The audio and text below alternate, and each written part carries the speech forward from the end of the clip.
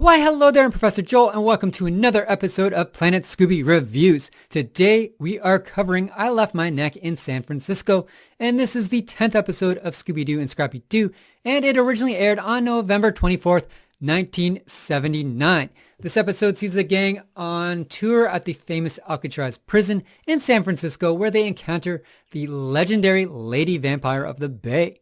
The vampire has red hair just like Daphne. Even stranger, Daphne has started to feel ill and is no longer casting a reflection. Anyway, enough of my jibber jabber. Let's get on with my review.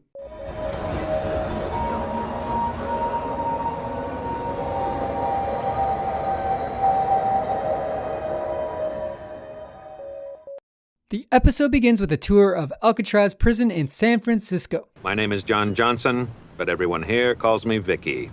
I love Vicky. He's great. He's the best. Oh.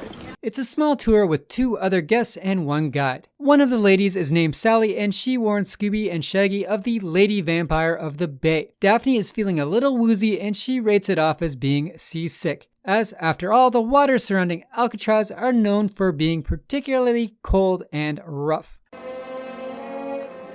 Well, folks, here we are at Alcatraz, San Francisco's most famous island prison.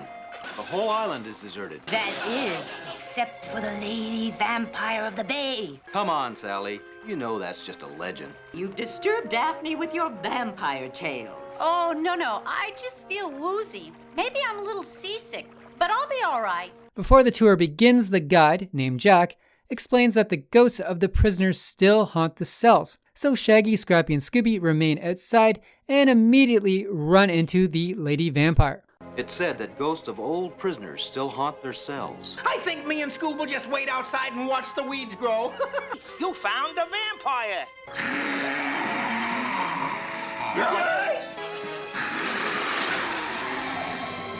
On the tour, we see everyone wandering around except for Daphne. Daphne is missing, so while searching for Daphne, Shaggy, Scooby, and Scrappy run in and tell Velma and Freddy all about their run-in with the Lady Vampire. The Lady Vampire then shows up, but escapes before Freddy and Velma can confront her. Daphne then shows up and explains she got lost. Shaggy makes a joke that the vampire has red hair, so maybe that the vampire is Daphne. Can we see Lefty Callahan's cell?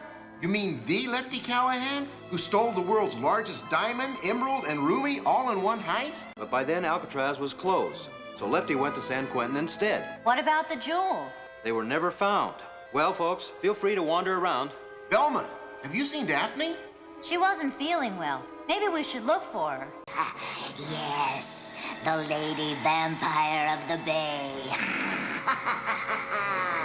Vampire? Didn't you see it? Well, I certainly did, and she gave me the fright of my life. I saw her disappear that way. We saw the Lady Vampire of the Bay. Did she pass you? I got lost. I didn't see anyone. Hey, Scoob, the vampire has red hair, too. Maybe it's Daphne. It's getting late. Time to leave. On the way back to the mainland, Velma notices that the red lens on the boat's safety lens is missing. Jack, it looks as if one of your lights is broken. I guess the red lens must have fallen out. I wonder. Who wrote the book of law? There's a tour of the Fisherman's Wharf later that night, but Daphne bails as she feels sick. One of the other lady guests, the older one, she says she can't make it because she's attending the opera. And Shaggy and Scooby and Scrappy are in though, because there's the promise of some good food. Remember, part of your package deal is a tour of Fisherman's Wharf later this evening. Oh, my goodness. I plan to attend the opera tonight, so I'd better say no. And I'm still not feeling well. I think I'll go right to bed. Too bad. Fisherman's Wharf is famous, especially for its food. Back at the hotel, Velma explores the hotel library and discovers a book called The Legends of Old San Francisco. Inside, she finds a write-up on the Lady Vampire of the Bay. The book explains the Lady Vampire of the Bay casts no reflection in a mirror. Look, a reading room. Let's see. Legends of Old San Francisco. There she is, the Lady Vampire of the Bay. Like all her Transylvanian cousins, the Lady Vampire of the Bay casts no reflection in a mirror. The lights then suddenly turn off and the vampire shows up, warning everyone that if they continue to meddle, they will all be doomed. Shaggy also notices that the vampire isn't even showing up in the mirror, so she must be the real thing. The vampire escapes and Daphne wanders back in, and she too does not cast a reflection. It's the vampire! I'm warning you. Do not meddle in my affairs, or it will mean your doom. That mirror's drawing a blank!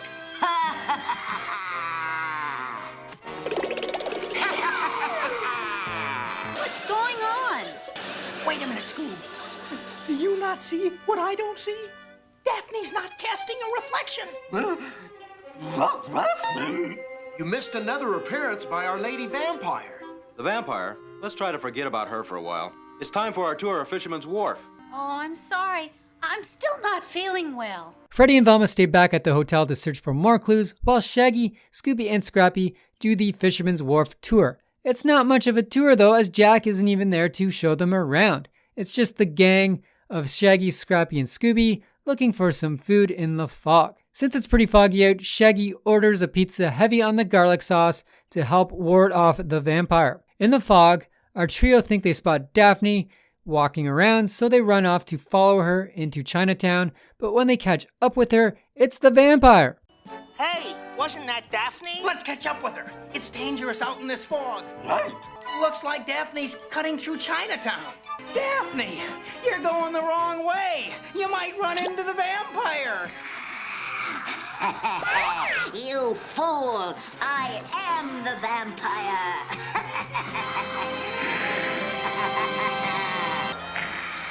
I am the vampire of the bay. Back at the hotel, Freddy discovers some fresh paint on the floor that is the same color as the hotel walls. Something tells me there's more here than meets the eye. Look at this, Velma. Fresh paint.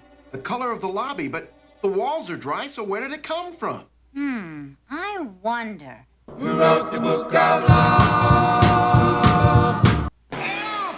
It's the Lady Vampire of the Bay! Before they can investigate further, they hear a panic outside that the vampire is causing, so they run out and watch her steal the green gem out of a tiger statue's eye. Velma deduces she's after the missing jewels of Lefty Callahan, as Lefty was a thief who spent some time at Alcatraz after stealing the valuable jewels. That way! Jinkies, it is the lady vampire. Velma, she's stolen one of the tiger's eyes. But why? It's only green glass. Maybe. And the boat lens was supposedly only red glass. I've a hunch she's after the missing jewels from the Lefty Callahan job. Shaggy, Scrappy, and Scooby continue to have their chase with the lady vampire and watch her turn into a bat and fly right into Daphne's hotel window. There she is.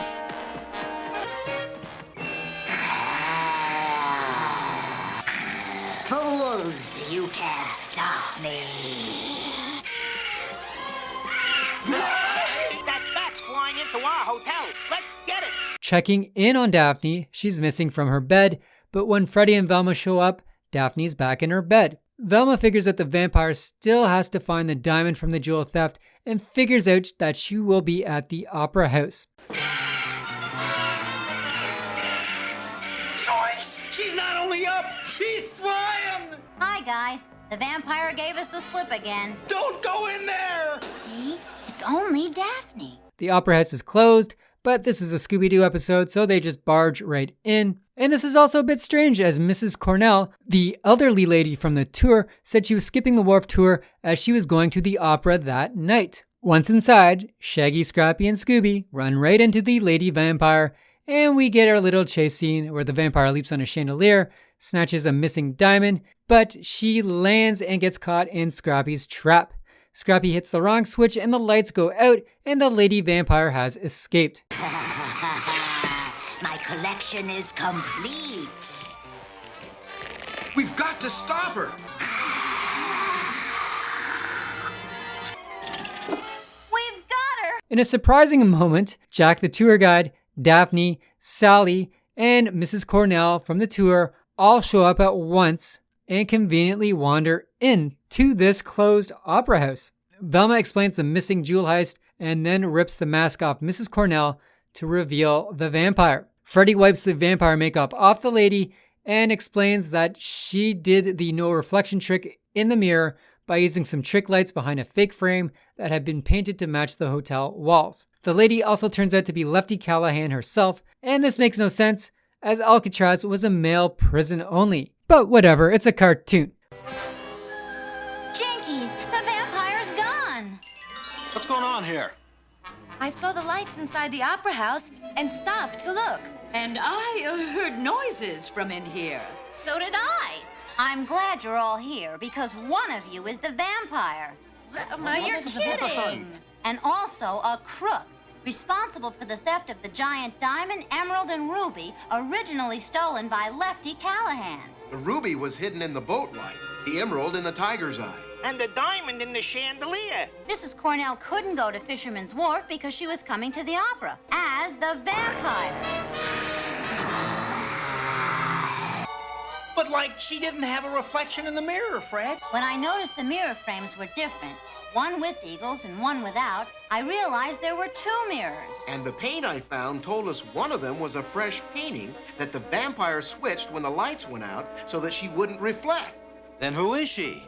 The only person who would know where Lefty Callahan hid the jewels. Lefty Callahan. We're sorry we thought you were the vampire, Daphne. Do you feel better now, Daphne? I sure do. Thanks, Scrappy. The only thing left to find is right here. The missing jewels. With another mystery solved, the gang head off on their next adventure.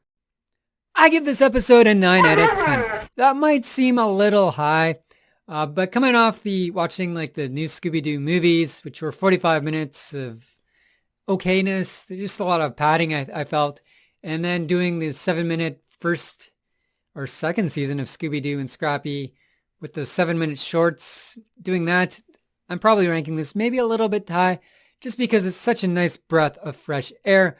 I like this a lot more than the Scooby-Doo movies, the new Scooby-Doo movies, and those 7-minute shorts. I wish they continued with this format, but instead they went right into just hijinks and stupidity. Not that there's anything wrong with that. I just missed the mystery and spookiness from the season that comes after this one. This episode, fantastic though. The mystery is really cool. There's a fair amount of spookiness, and there's some cool plot twists. It stands out from a lot of episodes because it's the first time a member of the gang is actually a suspect. And I also enjoyed the Alcatraz setting at the start, along with the misdirection that Daphne might be a vampire. And seeing as Daphne rarely got much to do in the previous episodes, it was cool to see her actually have something to do for once in this one, other than just say creepers or jeepers. So I thought that was pretty cool. Scrappy, Scooby, and Shaggy, pretty much comedy. I miss the earlier episodes where they're part of the mystery, and now they're just kind of entertainment, I guess, to some degree. Just a minor quibble, I guess. I like the comedy in Scooby-Doo, but I kind of wish they had Scooby, Shaggy, Scrappy be a little more less comedy sometimes and more, hey, let's get involved with this mystery kind of deal. Freddy and Velma, they actually have a bit to do too. They just do the detective work. Mostly Velma. She figures out the plot pretty quick in that these jewels are hidden in plain sight and they have to find the last one if they want to catch this thief. Anyway, or this vampire.